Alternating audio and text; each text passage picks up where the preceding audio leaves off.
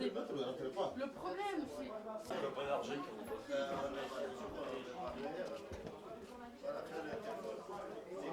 Tu m'appelles, moi tu m'appelles.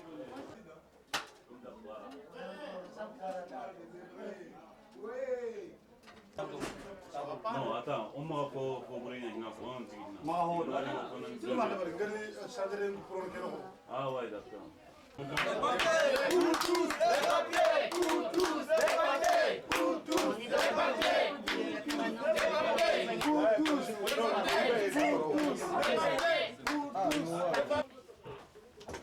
Ça colle. Ouais, c'est moi. Il faut voilà, comme ça On lui dit, vous êtes rentré comment vous? Les papiers!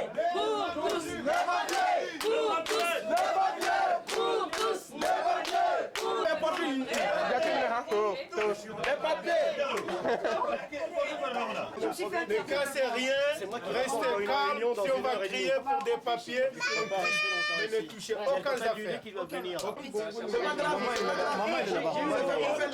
Non, je vais pas. J'ai pardon. Vous restez dans le train. C'est pour la lutte. On a la lettre de les papiers! Les papiers! Et les papiers! Et les papiers!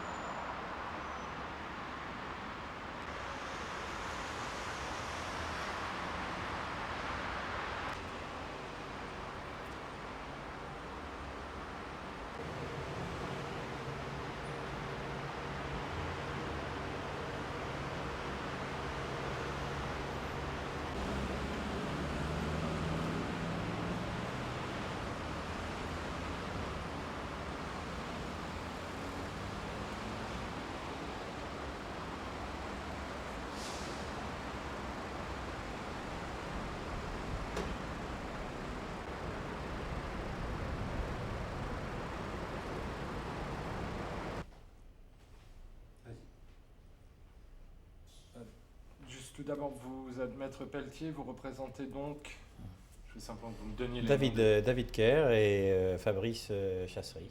D'accord. Est-ce que vous pouvez tout d'abord, Maître, me donner une réaction donc, au communiqué du parquet qui est officiel qu'Henri Paul, le chauffeur, avait entre 1,75 g et 1,82 g d'alcool et qu'il y avait eu aussi utilisation d'antidépresseurs style Prozac?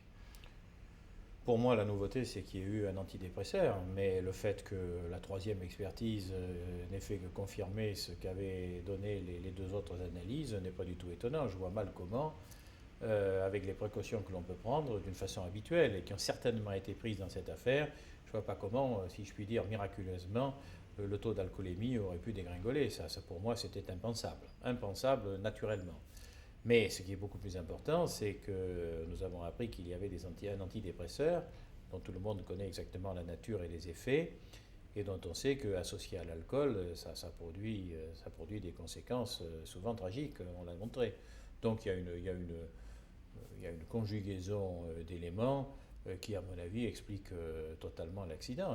Pour moi, il n'y a pas de problème. On a beau essayer de jeter des écrans de fumée, de diriger sur je ne sais quelle piste. Pour moi, alcool, antidépresseur, vitesse excessive, dans n'importe quel cas autre que celui-ci, le chauffeur, si heureusement il était resté vivant, serait poursuivi, serait condamné, et certainement condamné sévèrement, et décédé, il ne devrait pas y avoir de suite à cette affaire. L'explication est toute naturelle. Pour vos clients, pour les deux photographes que vous représentez, pour vous, cet élément, cette confirmation de cet élément au dossier vous permet d'arriver à quel genre de conclusion? Qu'est-ce que vous attendez de la suite de cette instruction? Pour mes clients, en définitive, cette révélation s'inscrit dans un contexte général, celui directement de l'origine de l'accident. Mais en ce qui les concerne particulièrement, par rapport à l'homicide involontaire, qui à mon avis est une incrimination tout à fait discutable. Pourquoi? Parce qu'elle englobe un certain nombre d'individus, sans qu'on essaie de ventiler la responsabilité de chacun. Or, nous avons un principe en droit pénal français qui fait qu'il n'y a pas de responsabilité collective, sauf dans un cas qui est celui de l'association de malfaiteurs, où là, n'importe qui peut jouer n'importe quel rôle, sans qu'on sache exactement ce qui a pu se passer. Mais un principe, c'est qu'il n'y a pas de responsabilité collective, il y a une responsabilité individuelle. Or, il me paraîtra absolument impossible, et notamment par rapport à mes clients, que l'on puisse caractériser une faute qui aurait été déterminante de cet accident. Ça, c'est un premier volet. Deuxième volet, et encore, qu'ils reconnaissent parfaitement avoir fait partie des photographes qui se trouvaient au Bourget, qui ont suivi la voiture sur le trajet qui les a amenés jusqu'au Ritz, etc. Ils me reconnaissent parfaitement que dans l'après-midi, ils ont participé à ce qui s'est déroulé. Bien. Mais il y a un deuxième volet de mise en examen qui est peut-être plus préoccupant, c'est celui de la non-assistance à personne en danger. Or, il me paraît établi, sous réserve des vérifications qui vont être faites, des confrontations, des interrogatoires, il me paraît établi que tant David Kerr que Fabrice Chasserie sont arrivés après les autres. Et arrivés après les autres, ça veut dire que les premiers secours, de toute façon, étaient déjà là, et c'est ce qui est d'ailleurs démontré par les photos qu'ils ont prises, où l'on voit une première photo où il y a des personnes autour de cette voiture. Ce ne sont pas des photographes, ce sont des sauveteurs ou des passants. Et ensuite, les autres photos démontrent parfaitement que les pompiers, reconnaissables avec leur tunique rouge, les pompiers se trouvaient présents sur les lieux.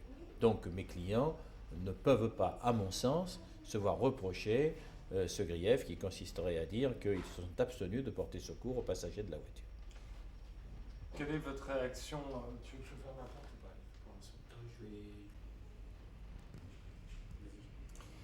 Quelle est votre réaction hier lors d'une interview qu'on a réalisée?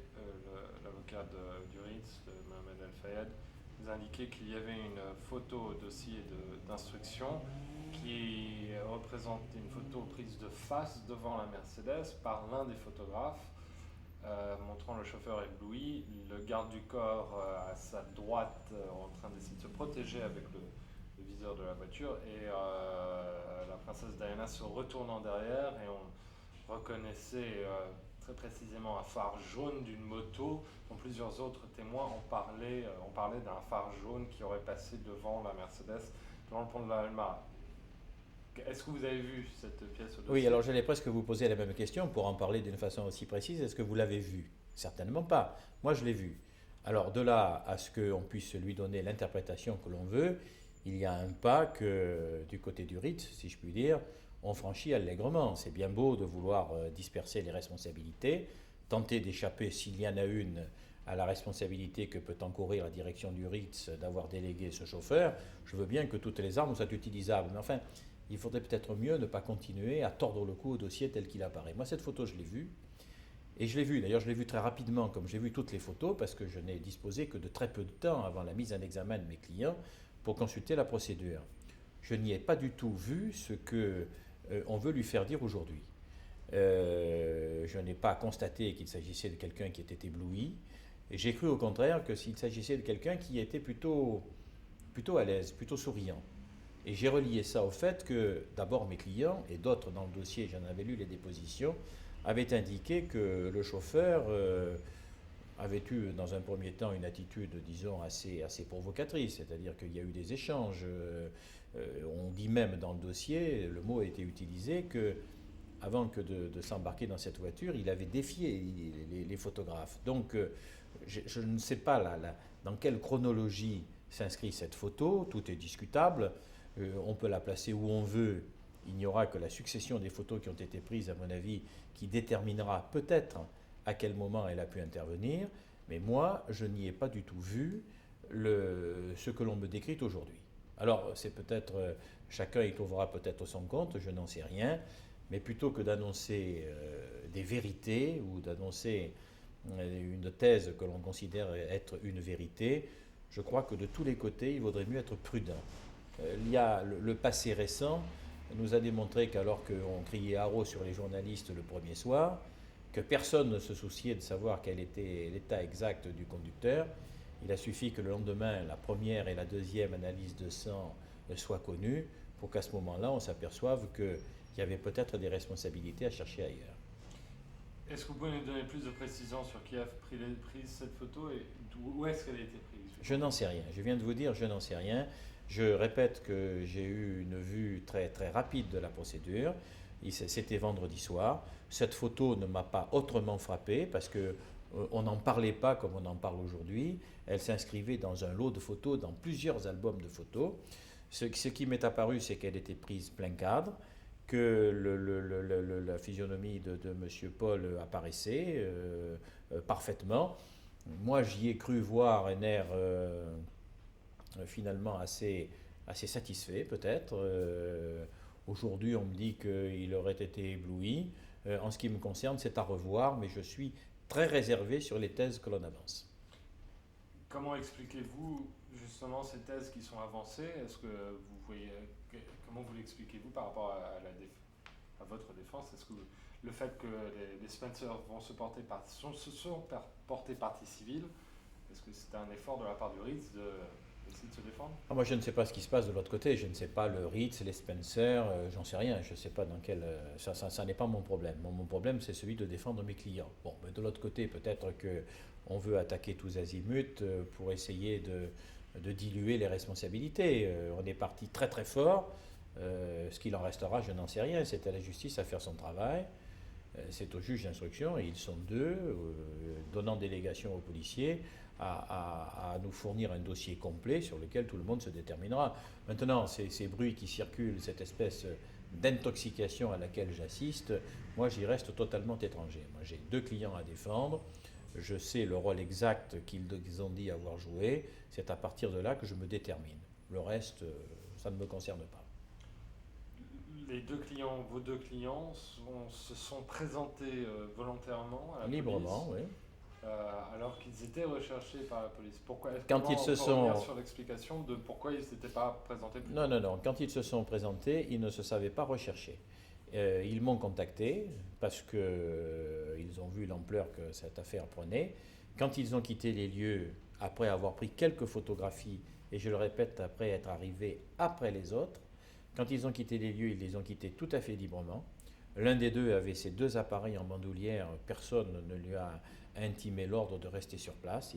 Il est parti librement. L'autre est parti également librement. Et dans leur esprit, par rapport aux photographies qu'ils avaient prises et par rapport au moment où ils avaient été sur les lieux, quand les secours étaient déjà là, ils n'avaient pas du tout le sentiment qu'on pouvait leur reprocher quoi que ce soit. Quand ils ont pris contact avec moi, c'est qu'un certain délai s'était écoulé, qu'on parlait de photographes qui auraient réussi à prendre la fuite, etc. Ils m'ont contacté pour que je puisse prendre contact avec le juge d'instruction, lequel m'a mis en rapport avec le commissaire de police qui dirigeait l'enquête, et c'est dans ces conditions-là tout à fait normales qu'ils se sont présentés à la police et que je les ai accompagnés. Est-ce que ces 2 photographes ont essayé de vendre leurs photos qu'ils avaient prises? Dans un premier temps, ils travaillaient pour le compte d'une agence, LSD, tout le monde le sait puisque le patron de cette agence a fait lui-même des déclarations. Ils avaient été, puisqu'ils étaient là pour photographier, ils avaient pris des photographies. Ils s'étaient rendus compte que M. Al-Fayed était décédé et il avait été entendu avec le directeur de l'agence que de toute manière des photographies de M. Al-Fayed ne seraient pas distribuées, ne seraient pas vendues. Ils n'ont appris que quelques heures plus tard que Lady Di était décédée, alors que lorsqu'ils étaient sur les lieux et pas très très près, il y avait des rumeurs, des bruits qui couraient qui disaient qu'elle n'était que blessée. Lorsqu'ils ont eu appris qu'elle était décédée, ils ont immédiatement donné à M. Sola l'interdiction de diffuser quoi que ce soit sur ce sujet. Et M. Sola a dit lui-même qu'il avait obéi à leurs injonctions et qu'il n'avait rien vendu des photographies prises des 2 victimes, ou des 3 victimes. Est-ce que si on peut un peu spéculer, ou du moins quelles sont vos chances de pouvoir défendre quelles sont vos chances de pouvoir défendre vos clients d'une manière avec succès? Est-ce que vous pensez... Non, mais d'abord, il faudra savoir, parce que pour l'instant, comme le juge leur a dit, et c'est un événement suffisamment rare pour que je le souligne, lorsque le juge les a mis en examen, il leur a donné une indication que des juges donnent rarement. Il leur a dit que nous étions dans un état de droit, que le fait d'être mis en examen et il allait les mettre en examen ne signifiait pas du tout qu'ils seraient considérés comme coupables. Et il a ajouté, la mise en examen, c'est vrai que ça n'est pas très agréable, mais d'un autre côté, ça vous donne la possibilité d'être défendu, notamment d'avoir un avocat et d'avoir accès au dossier. Donc, chez nous, qui est mis en examen est toujours présumé innocent. Bon. Alors, les chances de les défendre, je ne sais pas comment le dossier va évoluer, je ne sais pas je ne sais pas quelles vont être les vérifications qui seront réalisées, je ne sais pas ce que donneront les confrontations avec des témoins, avec d'autres photographes, mais en l'état, je le répète, ils sont présumés innocents. Rien ne vient démontrer leur culpabilité à eux, hein, je ne parle que pour eux, je ne parle pas des autres, et il me semble que sur le plan des faits, c'est-à-dire sur le moment où ils sont arrivés sur les lieux, et sur le plan du droit dont je vous ai déjà parlé, par rapport à l'homicide involontaire et par rapport à la non-assistance à personne en danger, il me semble que ce devraient être des poursuites qui, à mon avis, ne devraient pas prospérer. Voilà ma situation par rapport à mes 2 clients. Pour revenir à une question que je vous ai déjà posée, votre réaction à la confirmation, le fait que le taux d'alcoolémie est confirmé et on a trouvé des antidépresseurs dans le sang du chauffeur Henri Paul, votre réaction est... Ma réaction, c'est qu'on ne pouvait pas trouver autre chose. Alors, je veux bien qu'on ait peut-être demandé cette contre-expertise dans un souci de faire toute la vérité, mais à mon avis, ceux qui l'ont demandé auraient dû savoir à quoi s'attendre. Moi, je ne voyais absolument pas, j'ai quand même l'habitude, aussi bien en matière criminelle qu'en matière correctionnelle, des analyses qui sont faites ordonnées par la justice, par le canal de policiers, qui sont des policiers avertis, confirmés, confiés à un laboratoire, le laboratoire de police scientifique de Paris, dont la réputation est au-dessus de tout soupçon. Je vois mal comment ces analyses auraient pu être critiquées et surtout comment une autre analyse aurait pu donner un résultat différent. Dans mon esprit, ce qui s'est passé, et d'ailleurs c'est ce qui est arrivé, ça ne pouvait être que la confirmation de ce que l'on savait déjà. Et comme élément dans le dossier et pour votre défense? C'est un élément positif, c'est évident. Je le répète, en toute autre circonstance, s'il n'y avait pas quand même cette espèce de pression que les parties civiles sont en train d'essayer d'exercer, en toute autre circonstance, je peux dire carrément que l'affaire serait classée. On aurait affaire à un chauffeur qui avait 1,80 g d'alcool par litre de sang, un chauffeur qui roulait à une vitesse excessive, et même si on n'a pas encore déterminé la vitesse, on connaît quand même l'impact du choc, la façon dont le moteur a reculé, enfin on sait tout ça, on a vu l'état de la voiture dans lequel il a été retrouvé, en toute autre circonstance, si je puis dire, l'action publique serait éteinte.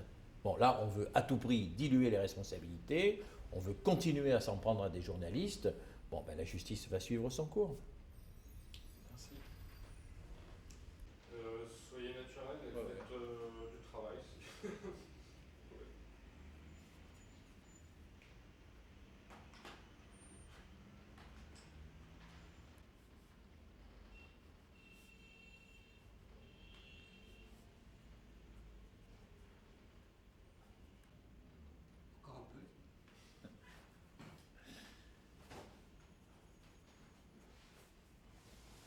J'ai vu le dossier depuis vendredi soir, on a fini à 10h30.